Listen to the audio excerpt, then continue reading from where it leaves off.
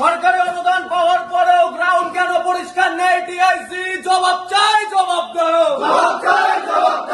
জবাব তোমায় দিতে হবে। বিভিন্ন দাবি দেওয়া নিয়ে বুধবার তৃণমূল ছাত্র পরিষদ নকশালবাড়ি কলেজ শাখার পক্ষ থেকে নকশালবাড়ি কলেজের টিচার ইনচার্জকে স্মারকলিপি প্রদান করা হয়। তৃণমূল ছাত্র পরিষদ নকশালবাড়ি কলেজ শাখার অভিযোগ, বিভিন্ন ক্লাসরুমের ব্ল্যাকবোর্ড, খেলার মাঠ, বাথরুম অকেজো হয়ে রয়েছে।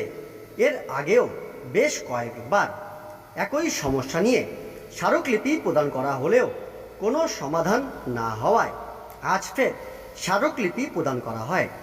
এদিন স্মারকলিপি প্রদানে কলেজের টিচার ইনচার্জকে পদ ছাড়ার স্লোগান দেওয়া হয় তৃণমূল ছাত্র পরিষদের পক্ষ থেকে। সরকারি অনুদান পাওয়ার পরেও গ্রাউন্ড কেন পরিষ্কার নেই? টিআইসি জবাব চাই, জবাব দাও।